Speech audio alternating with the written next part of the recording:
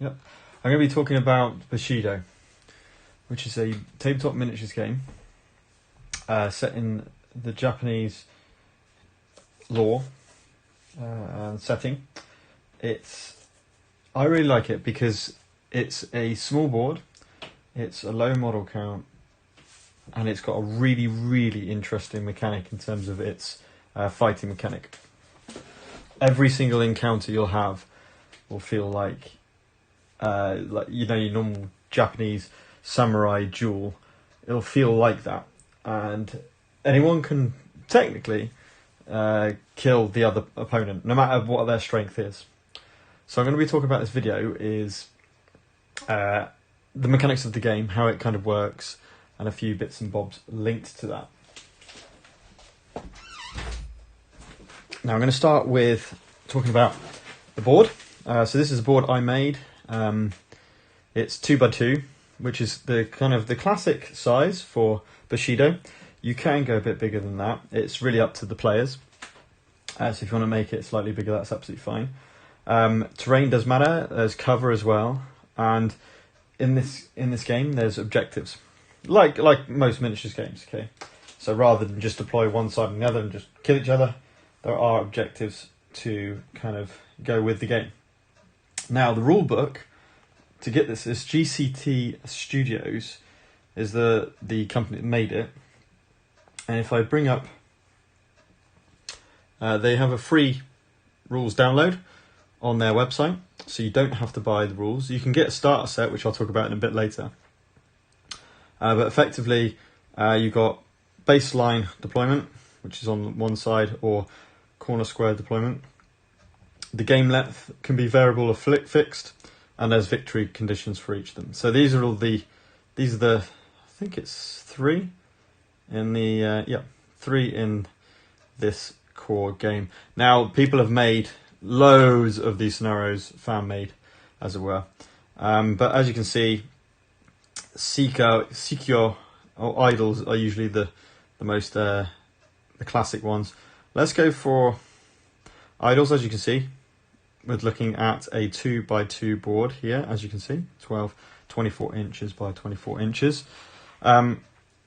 It's corner deployment, 3 scenario objectives, an influence or interaction. So if you want to interact with them, it takes one of your actions. You basically have 2 simple actions per turn, and 1 VP to the player with the most friendly scenario objectives at the end of the turn 2, end of turn 4, and end of turn 6. Okay, and it even talks about a little bit of setting. It sets the scene for you as well. So for the sake and purposes of that,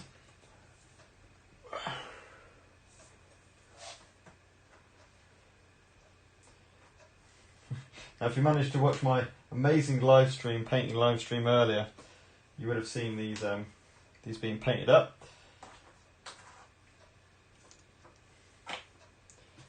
So I'm just going to get some of the scatter terrain, which I really should have set up beforehand. But what you would do is take away one of these shrines. We won't use one. These will be the 3 idols. Okay, and they basically go across the middle of the board. So, for example, now I know you wouldn't normally have them in the middle of a bridge, so perhaps that one can be slightly. This can be slightly moved across just to enable us to get them on the board. So there might be one here, for example, one in the centre, and then one over on the other side.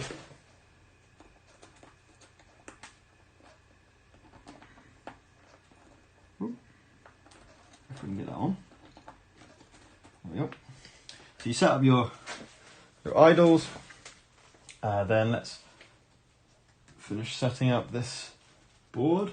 So the idea is a dojo with its garden over here. We've got lots of cherry blossoms. We've got a little bit of a forest over in the corner here. Then we've got a couple of bridges to get across the hard terrain. Put a couple of those in there. You have a Buddha in the middle. And the house is completely, you take the lid off and you can play inside the house. You can have battles inside the house, so that you can even make that an objective if you really wanted to, whatever it might do.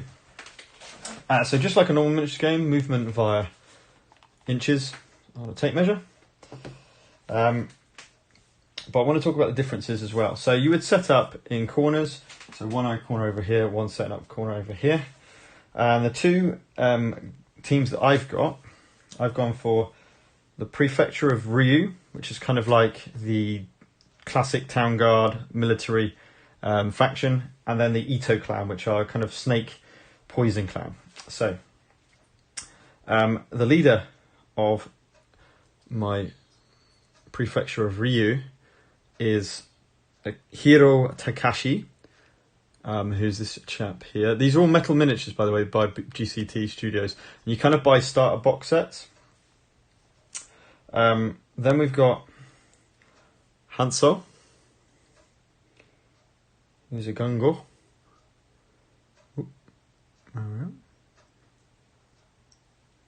And finally, I'm only playing 25 points. I'll show you the points in a second. And then I've got a rifleman, Minoru, who's here. So each character, these are the old cards, by the way. They've updated the rules, so they now have got a kind of slightly different rules. They've streamlined it a bit more because there's quite a lot to keep track of in here. But it just makes them very unique, so it's really cool. So if we look at a character's card, we've got their name, their faction, I guess, or what they are, like a samurai, their traits. You've got feats, which are like special moves, I guess the best way to think of it. Their health. And you actually use, so I've sleeved these, and you actually use a dry wipe, and you can mark things off, and then you can easily just rub them off. So that's how you keep track of stuff. No dice, no counters, which is quite nice. Then you've got the 4 stats. You've got melee attack, and that's the number of dice that you're going to roll. You've got ranged attack, and this is the number of dice rolled, 0. He hasn't got any range. This is the distance in inches that he moves, 4. And this is his ki, which is what he uses for doing his special moves, his feats. Okay, so he's going to generate 2 ki per round at the start of the round, starting phase. And he can hold up to 8 ki. Then you've got +1 to his damage in attack. So if it gets through, you get +1, and I'll show you that in a bit. Then you've got different special attacks or defenses that he can nominate at the start of a melee exchange. On the back, so it tells you Do Kyote, for example. It tells you if it's in your action phase or if it's an instant. It tells you who it targets. So this is personal. So this is on him. All 3 of his are personal, actually. So all of his feats act on him, and then its key cost for that. On the back, it tells you what it does. So Do Kote, this model gains feint until the current action is resolved. So if you attack, basically you can get your opponent to reroll one of their defense dice, for example. Okay. So Hiro Takashi's obviously got 4 dice in melee attack. That's strong. Hanso. Okay. Oh, and last thing, sorry. Down here, it's the cost in rice. So rice is like the recruitment points, how you build your army. I'm playing 25 rice per group with 3 characters each. He's 11 rice.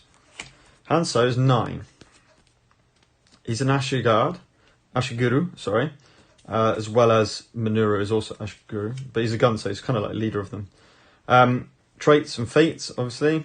He's got +2 in damage, so if he does get through, he's only got 3 dice in attack, so he's got less dice in attack, but if he does, he manages to do a lot more damage. He's also got 7 health, which is really, really big. Other than that, it's similar to Hiro Takashi.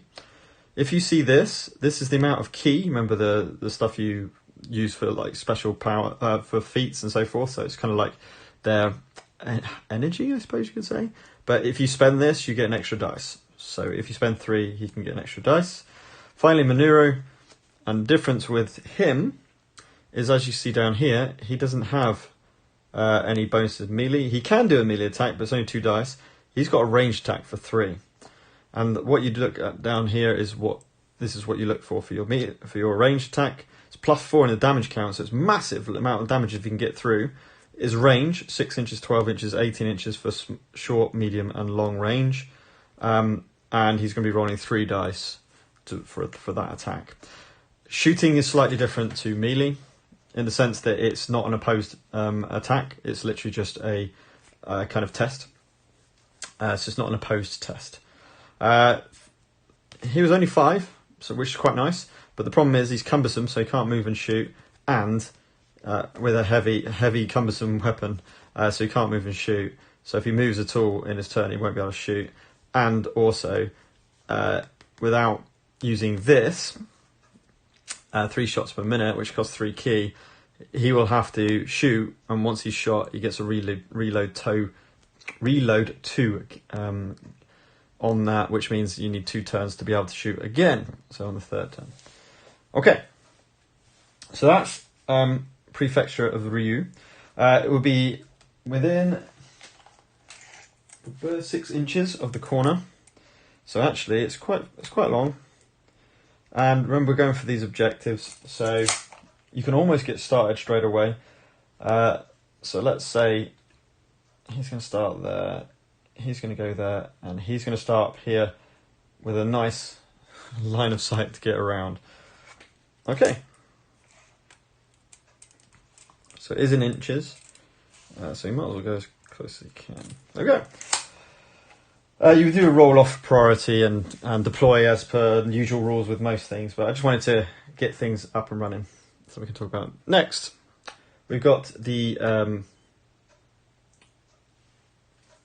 Ito clan, starting with Itsunagi Ito, which is kind of like the leader. He can be, I mean, he's obviously got not a lot of armor, but I'll show you him in a second. Then we've got a slightly different one that has more the mythical side. This is Sakura, and she's all about getting poison counters on people. And then finally, which is really cool, we've got Akimoto, who has actually got a snake's head, which is really quite cool.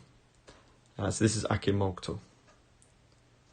Okay, so that's going to be the Ito clans. Let's have a little look at the cards.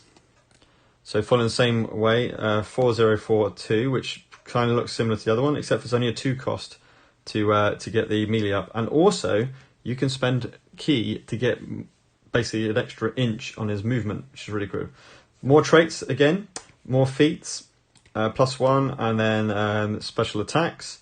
The combo is the one I want to show you, and then it's got a unique effect in the starting phase, so he's basically going to get another ability on there, which is really quite cool. 13 though, 13 rice to buy him, very expensive.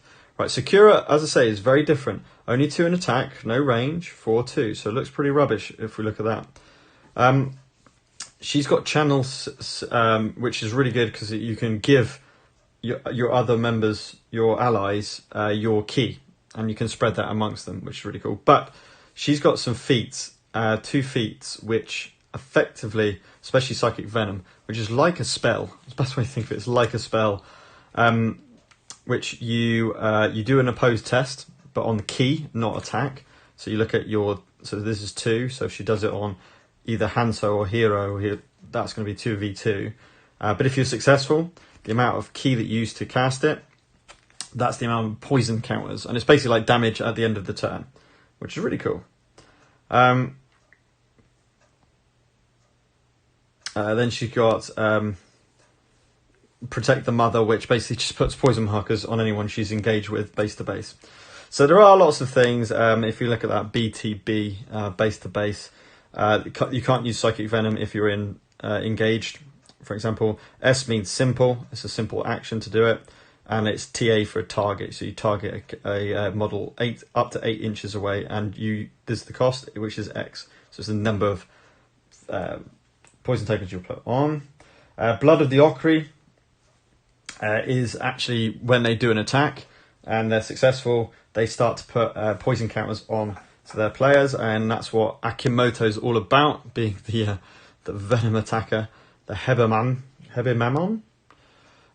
Only 2 in attack, 4 and 1, so really looks bad, but to be fair, only 5 to cost. But Blood of Okri 2, so we're going to put 2 poison counters on it if he gets through. It's impetuous, so he has to go and attack. And he's got the Okri's Visage, which is can't be used in... I can't remember. It can't be used if you run or if you're in attack. It's an instant on himself, and it costs 2 ki, but he gains Fear 5 and Terror until the end phase. So really good to kind of scare your opponents away.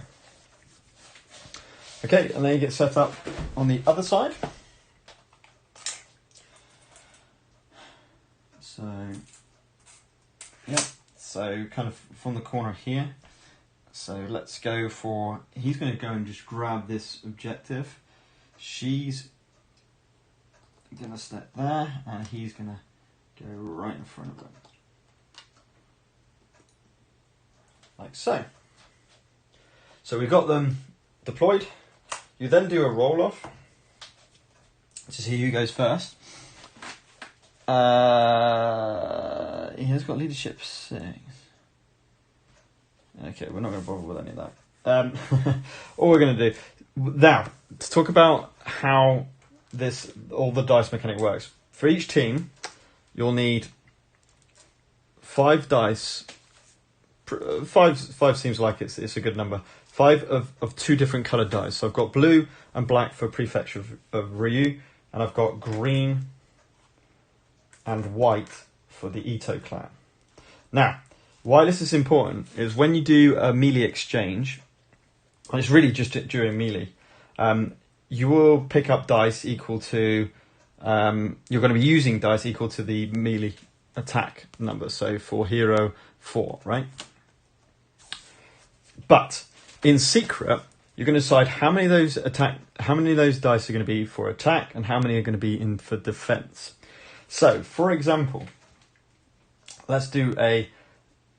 well, before we do that, let's just show a kind of example turn. On your turn, you get effectively 2 actions, is the best way to think of it.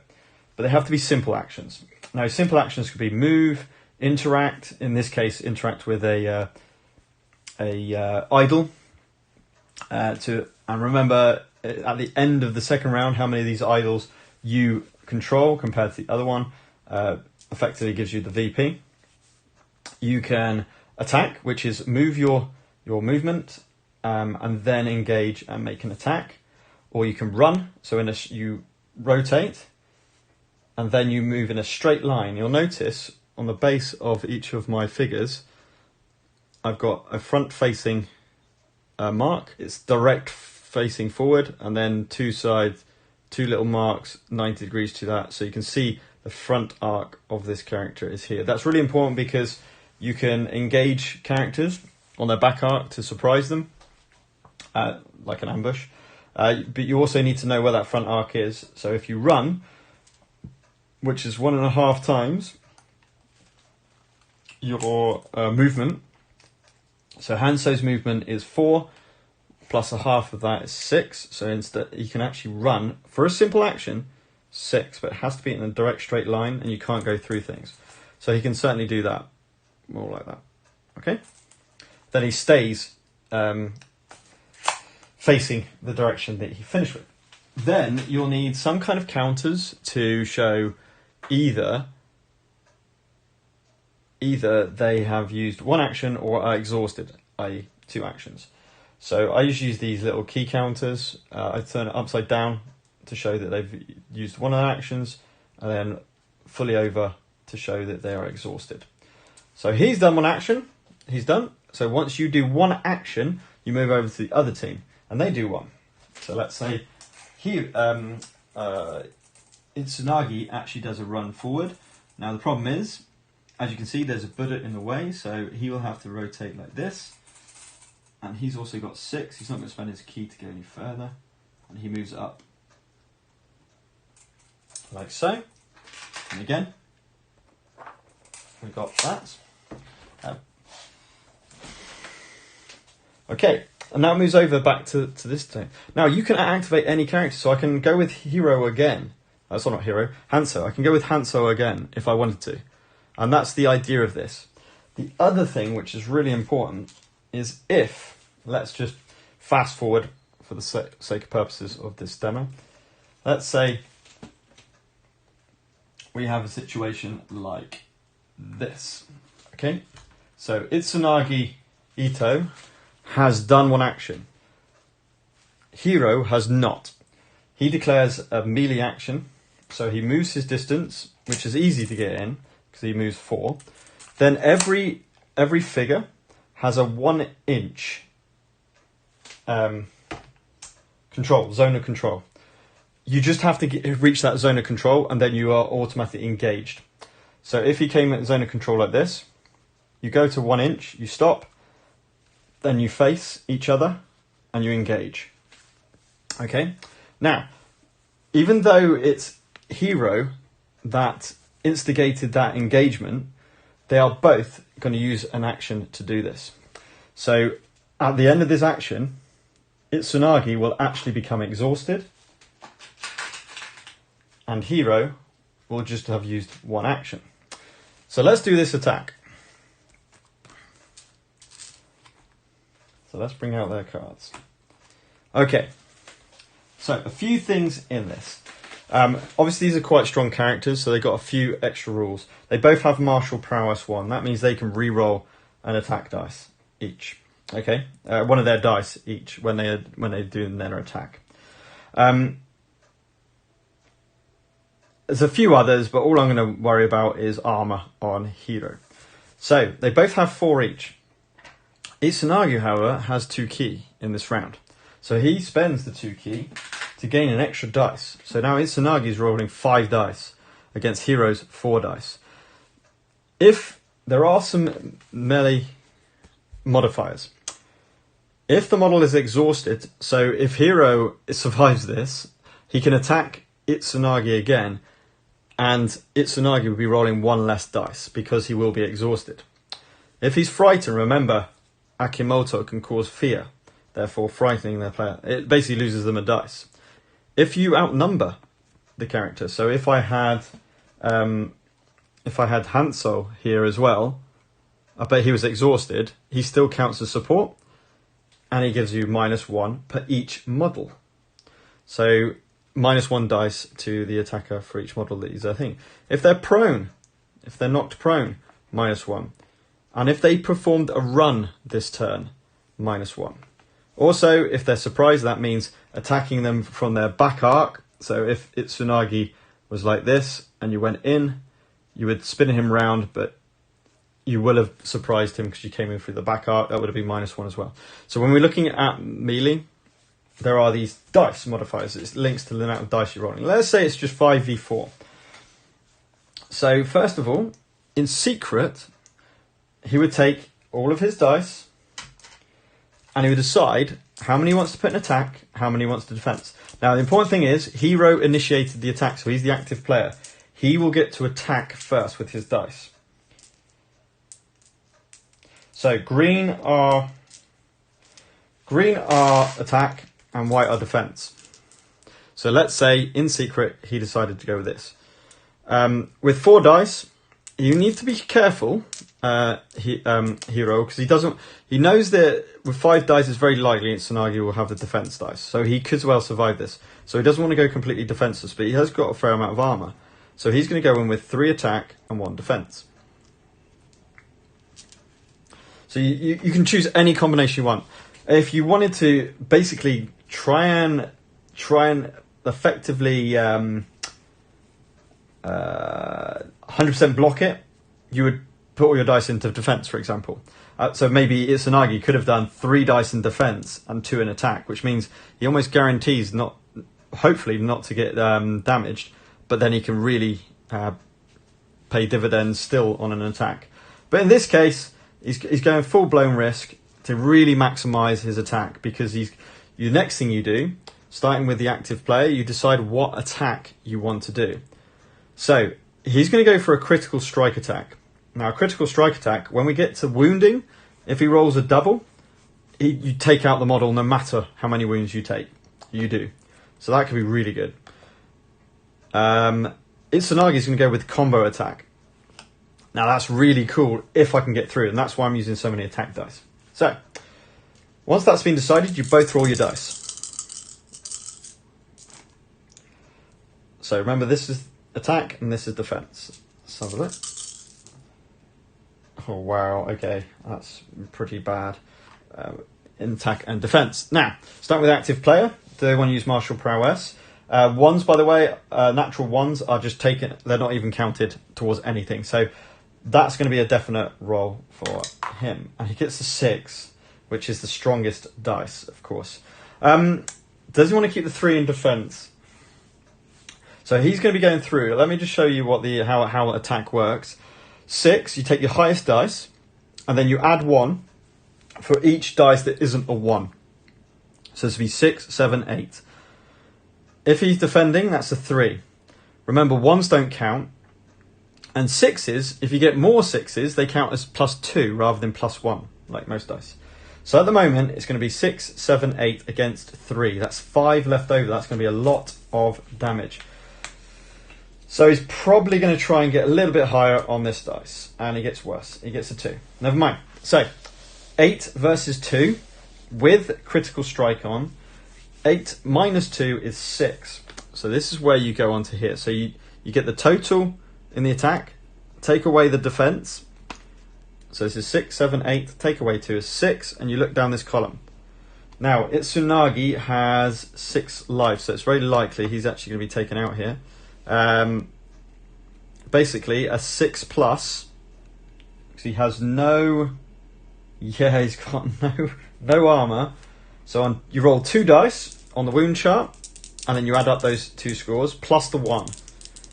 Now remember, a double is an auto kill anyway. Gets 4 and a 3 is a 7, plus 1 is an 8. We look at 6, go down to 8, and that's 6 damage. And unfortunately for Itsunagi, 3, 4, 5, 6, he is killed. Let's say, for argument's sake, he survived, right? He survived. Now he didn't, but let's say he did survive. So what we go then is he would have a chance to attack back. So we do the exact same thing, but 6 plus 6 is plus 2, so 6, 7, 8, 9, 10 against 4 is 6. He has got an armor of 3, so effectively we're going to lose 3 off our roll. Okay, so what did I say? 6, 7, 8, 9, 10 versus 4 is 6. So we're going down this 6 column.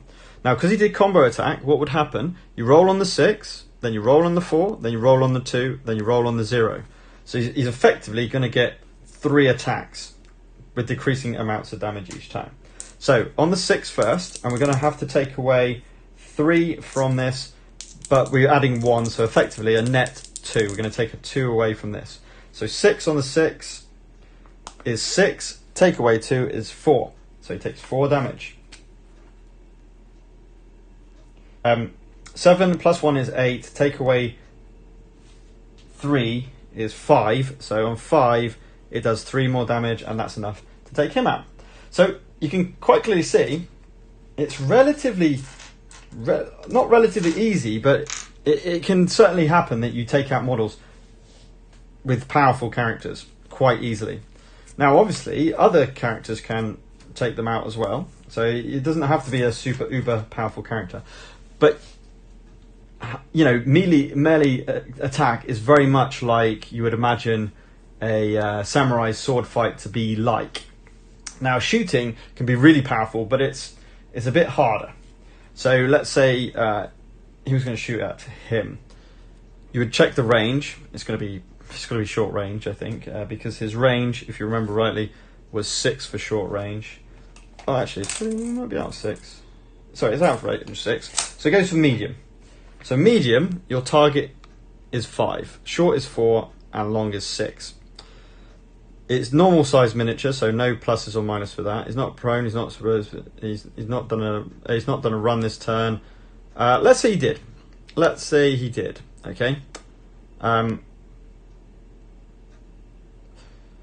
So he's done a run, so it's +1. So we're on 6. Okay, so you've got to get 6. So what you do is you look at your range skill, which is 3, and you roll 3 dice. You basically have to get 6 or more. And then the difference between that, it goes to the wound chart. So 4, 5, 6. Remember, it's not adding up all the numbers. It's the highest dice, +1 for each one that isn't a 1. If it's a 6, you add +2. So 4, 5, 6. So 6 versus 6 is actually only a 0. So this is a 0. A 0 success level. Now the beauty is we're going to add +4 to our dice roll. So you roll 2 dice for wounding. And we get 7 plus 4 is 11. So that will actually do 2 damage. So that would do 2 damage. Okay, and that's effectively how combat kind of works. When you do any opposed dice roll, it's basically on the stat, and you it depends. If you're doing a key one, it's specific to key. But if you're doing, like I said, the melee attack, which is kind of the bread and butter of this game, really, you're deciding in secret, do you want attack or defense dice? Now you have all these different feats which can change people's rolls, the amount of dice they attack with, or whatever it might be. But effectively, I mean, obviously with 3 characters each, the game probably wouldn't last that long anyway, to be completely honest. But I just really like how quick it plays in one way, and how much it captures that kind of that tense sword fighting action. I love the sword fighting action in this. The melee exchanges. The shooting is really cool, and you can get like bow and arrows. You can get all kinds of characters that do different things. You get obviously a lot more, I guess you can call them spellcasters, like Sakura. You can get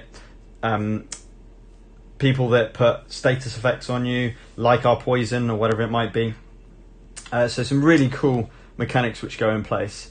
And then just having it on a 2x2 board means that you're not waiting ages on the first 2 turns, or the first 2 rounds for something to happen. Hopefully you would normally start with 5 characters. So the starter sets for each clan starts with 5 characters. I think it's 35 rice per team, 35 or 36. And that would be your normal kind of group that you would play with. Obviously having 3 characters, it will go quite quick. Now there is a 2-player starter set which was only released not that long ago, and it's amazing value. It's just over it's about £30, just a bit over, and you're going to get 6 models, 3 from, it's actually these 2 clans again, so Prefecture of the Ryu and Clan Ito. So yeah, it comes with 3 new characters, not these ones, 3 new characters each. You get all the tokens, which is really useful, so you don't have to use these, you can use special tokens. All the status tokens are there as well. An A5 booklet, rule book, so you can actually get a physical copy of the rule book. So that's fantastic value. So you get all of that stuff for 30 quid. You're ready to get going. You just create a board, you make a board yourself, and then and you get the cards that do all this as well. So I've just printed them out, obviously. But in terms of an entry point, it's really nice. You can just choose a clan you like the look of, buy their starter set, you get all the cards, you get the miniatures, and you're ready to go, and you can play against someone else. There is cover in this as well. You've got to think about ganging up that zone of control, which is like a 1-inch bubble around each character, so you can't, as soon as you enter into that zone of control, you're engaged. You don't have a choice. So it's really cool for that. But I really enjoy it. I think it's a really nice, quick but thematic feeling game, and it's great to be able to just build your own 2x2 board that you can literally just store anywhere. I love that. I mean, yeah, of course you can use mats and everything, but as you can see here, I've set the terrain up as per normal. Normally, this board will be completely empty, and then you get to place terrain. That's part of the setup for the scenario. So you take it in turns to place terrain, and then once one person says, I'm happy with the amount of terrain there, the other player gets one more chance to place one more piece of terrain, and then it stops, which is cool. So you could have boards that have literally no terrain on it, potentially, or you got boards that have got loads of terrain on it. It's really up to the players and how they want to play, which is really cool. I like the fact that it's not set in stone exactly what the board needs to look like. Obviously, the objectives have to be in a certain place, but that's it. That's literally the only prerequisite. You can also build your team as you start to get more characters. You can build a team by that rice value, and you just agree beforehand, before the game, how much rice you want to play for. So in this case, I've set it at 25. So you could do that as a little short game. It'll probably take a little less time. It may be advantage as he's got a shooting character, but if you can get in cover, that basically cover's great. Cover gives you a +2 against the roll, so it makes it really hard to hit or hit strongly. Because remember, once he's shot, he does 2 damage. That's it. He's got 2 reload tokens that he needs to get rid of, so he has to spend 2 actions to be able to do that. So that's massive. That's massive. So they're not OP. The shooting characters aren't OP, especially with rifles, which can do a lot of damage. It can one-shot people, definitely, but it depends on the dice roll. So that's a little bit about Bushido. I think the fact they've got the rules for free that you can literally download and you can print out or just keep on a device like I do, and the cards and stuff come with the miniature decks, like the starter packs or any miniature packs you buy. You can buy separate miniature packs as well. All the cards come with that to play with it, and that's all you need. And then just use your own tokens, to be honest. I just use these as key counters and as movement, or you can use a bit more clearer ones, tokens from different games, whatever you want. So you can actually get up and running at quite minimal cost, which is really cool. You can even proxy miniatures in and just print these cards off, to be honest, but whichever takes your fancy. But I love Japanese lore, and as a quick kind of skirmish, low model count, quick skirmish model miniature game, I love this. I think this is a fantastic game, and I'm just hoping to get playing it more as hopefully we can meet up again a bit more regularly. As I say, on the cards, you just use a dry wipe, and then you can mark off everything on the cards itself rather than keeping counters or dials or whatever it might be. And they have streamlined it in the new rule set, which is what the rule set I've just bought. So yeah, I think it has a lot of positives. Negatives, you just seen. If you don't like games where you can basically one-shot someone, then it may not be the game for you. If you don't like building terrain, yeah, okay, you can use a map, but you're going to need some kind of terrain to put on the board. Then it's probably not a game for you. If you don't like metal miniatures, so all of these miniatures are metal, okay, white metal. So, some people don't like that. They're quite heavy. It depends what you want to do. I mean, for example, I've done custom bases on a couple of them. Some of them I've literally not. So, for example, with the Ito clan, it's just your normal stuck in and then flock and so forth over it. But if you don't like metal miniatures, that's a negative. They are metal miniatures. I think you could probably use proxy miniatures if you got plastic miniatures, to be honest. But to be honest, because it's really quite streamlined, and the other disadvantage, but you're going to get this with any tabletop miniatures game, I think, is keep an eye on traits and knowing what they do, all the traits and the feats. A lot of keywords. The keywords are in the rule book, so if you have that open, you'll be able to basically run through them. But that could be another negative as well, is keeping track of all of your abilities, which can be quite hard. The actual base rules are not too complex, and the scenario objectives and rules are, again, pretty simple as well. So I don't think that's a big problem, but certainly keeping track of all right, I've got to remember to do this for Itsunagi. I've got to remember what all of these 1, 2, 3, 4, 5 traits are doing, and these 3 different attacks, one attack and 2 different defenses do, what these 3 different abilities do, which means looking on the back every time. But as you start to get the idea of what they do, it should start to kind of once you understand your clan, if you like, and once you start to understand your clan a bit more, it'll make the game flow a lot better. But it's just a really nice game. Also, the other thing you can get is clan packs, and it's like special abilities which you can spend rice on. So it might be that you, I don't know, deploy after all your opponent's characters have been deployed, or it might give you an extra boost, so all of your attacks gain poison or something like that. You can get lots of things, cards which you pay for, but they give you extra boons as well. So that exists as well. I haven't got any of those character pack cards. I've literally just got the bear starter sets for 2 clans, and that's it. The dice, obviously, just you can buy. I mean, these dice were next to nothing. You can buy coloured dice, and when you only need 5 of them, you can buy packs of multicoloured dice. But yeah, if you got D6s, you can use them from any pack, any different game you're using. Okay, so and a tape measure, of course.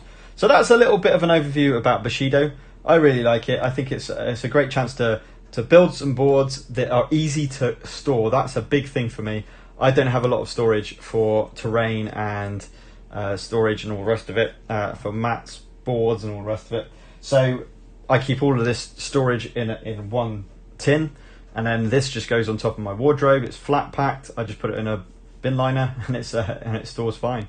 I use these play mats, these foam play mats. Now, what I didn't realise, and what I should have done at the start, is you can actually get 2 foot by 2 foot versions of these, just wholly.